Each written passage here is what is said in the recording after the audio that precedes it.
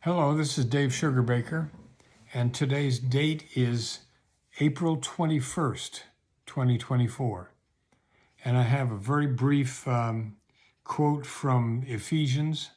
Put away from you all bitterness and wrath and anger and wrangling and slander, together with all malice, and be kind to one another, tender-hearted, forgiving one another as God in Christ has forgiven us.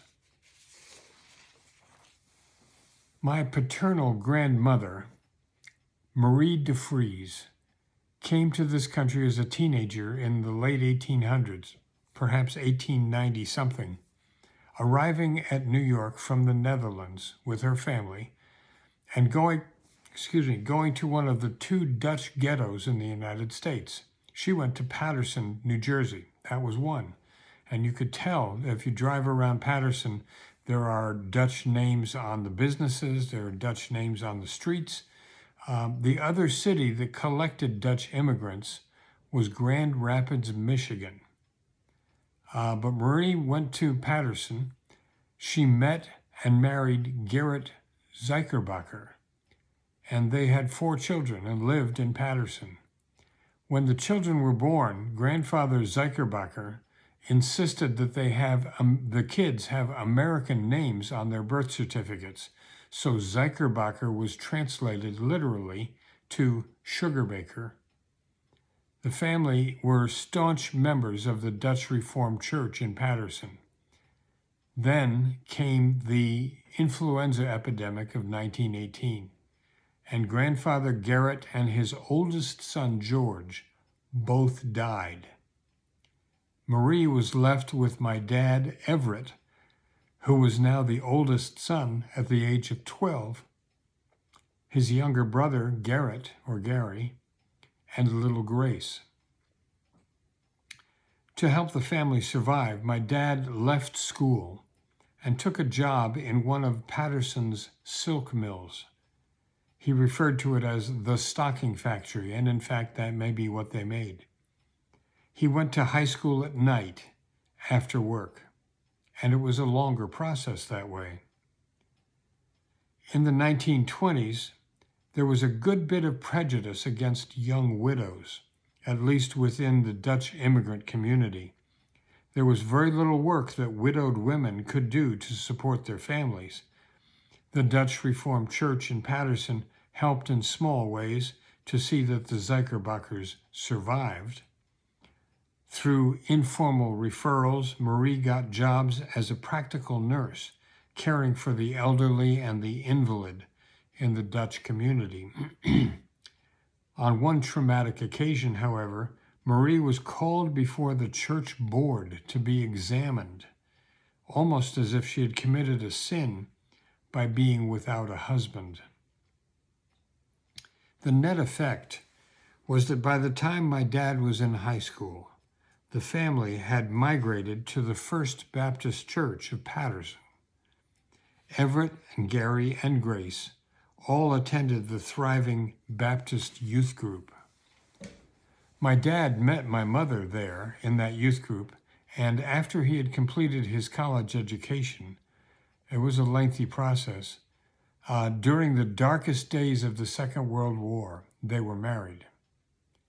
My family was Baptist. I grew up Baptist, an American Baptist, one of the hundreds of subdivisions within the label Baptist. At one point, when I was in college, both my dad and I were involved with boards and committees of the National American Baptist Church. There was a competition in the family to see which of us knew more people within the denominational structure. I went to a Baptist seminary after college. It was Berkeley Baptist Divinity School. It was the only seminary that I could find that was set in the middle of an urban community, rather than withdrawn up on a grassy hill in some remote suburb somewhere. The year that I arrived at Berkeley Baptist Divinity School, it was the summer of love, 1966. And it was quite a culture shock for this kid moving from Sioux Falls, South Dakota, to arrive in Berkeley that summer. The school was embarking on a new experimental program in partnership with other theological schools in Berkeley, and there were 13 theological schools in Berkeley. They cooperated in what was called the Graduate Theological Union. From day one, I was involved with students from other denominations: Episcopalians, Lutherans, Methodists, Congregationalists, Unitarians, how many varieties of Catholics? The Jesuits, the Franciscans, the Dominicans, at least those. I believe that I got a good education, and I definitely came out of seminary with an expanded view of Christianity and the variety of viewpoints within the faith. When I graduated, I was still a Baptist. I served a small Baptist church in upstate New York for 2 years, and then I left the Baptist fold to return to Berkeley, where I served as minister of North Brae Community Church for 27 years. North Brae was like an expanded version of the Graduate Theological Union, but it was even more diverse. Within the North Brae Community Church were Christians of almost every denominational stripe, most of them calling themselves an ex-Methodist, an ex-Baptist, an ex-this or that.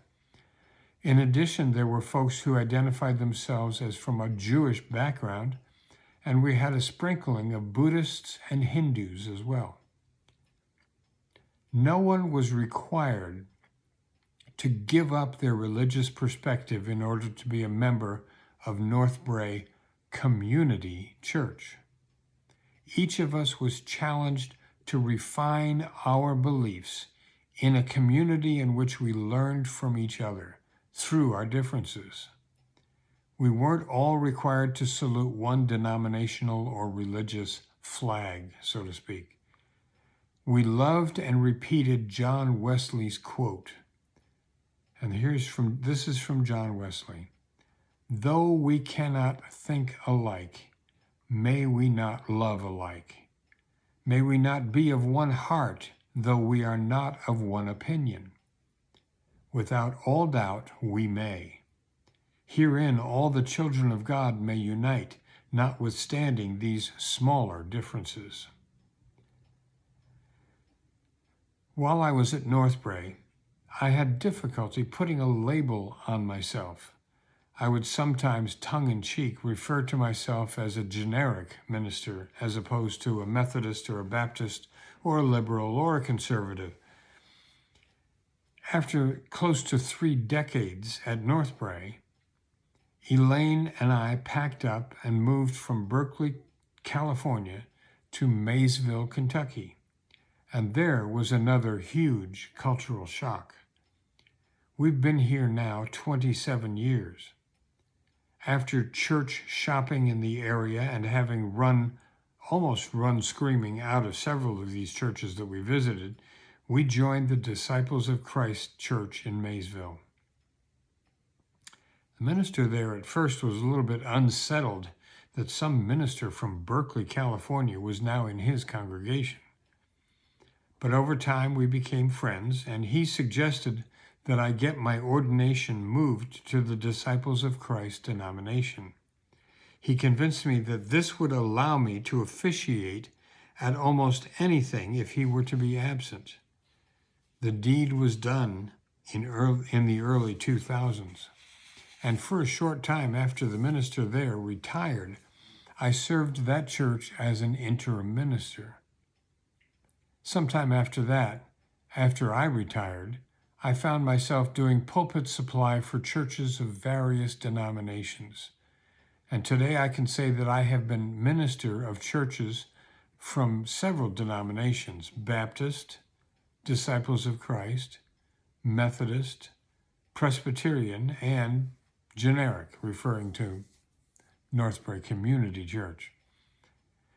I want to share with you something that makes me a heretic in almost any name brand denomination. I don't really think all Baptists think or believe alike. I don't think all disciples think or believe the same things. I don't think we could find any church that would actually claim that all of its members think or believe exactly the same things. Some churches that talk loudly about what everybody must believe have members who quietly persist in their unique individual perspective on faith, on God, on salvation, on what it means to be a child of God. If they were to stand up and declare their uniqueness, they might be drummed out of that particular congregation if that was a congregation that was more concerned with dogmatic purity than with love among God's unique individual children.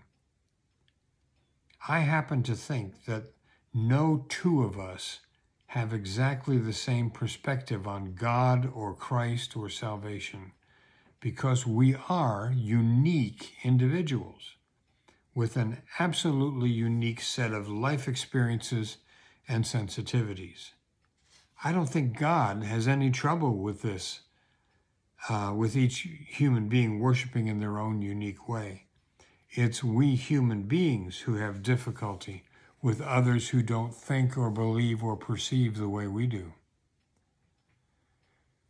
Difference, though, is a fact of human life. Each of us is unique, different, and we delude ourselves when we think everybody sees, believes, and reacts the same way we do. Difference is a fact. It's our choice to turn differences into a problem. Perhaps Northbrae spoiled me, but I don't expect people to agree with me. I don't find it a problem when they don't. It's just a fact. I haven't found anyone who looks like me or talks like me, so I'm not surprised to discover that others don't see things the way I see them. Sometimes there are areas of similarity, perhaps even agreement, but it's just in a narrow area of our human experience. What I do know is that other people can teach me from their experience. I can learn and grow by hearing others who don't see things as I do.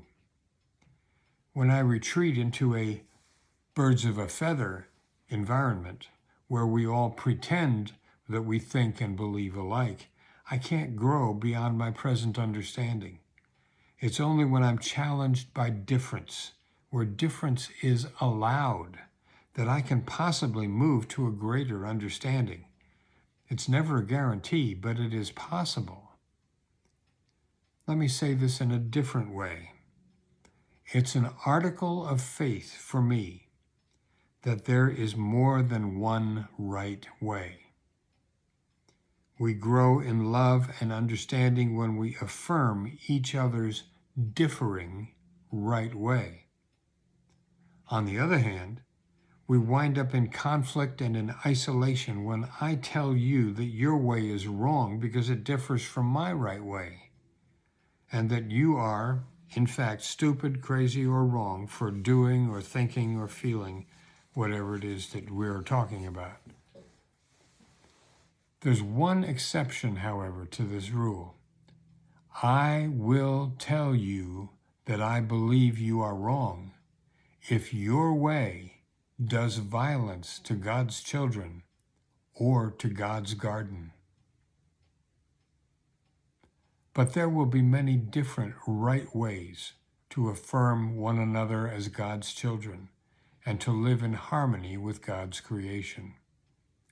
What was it that John Wesley said? Though we cannot think alike, may we not love alike.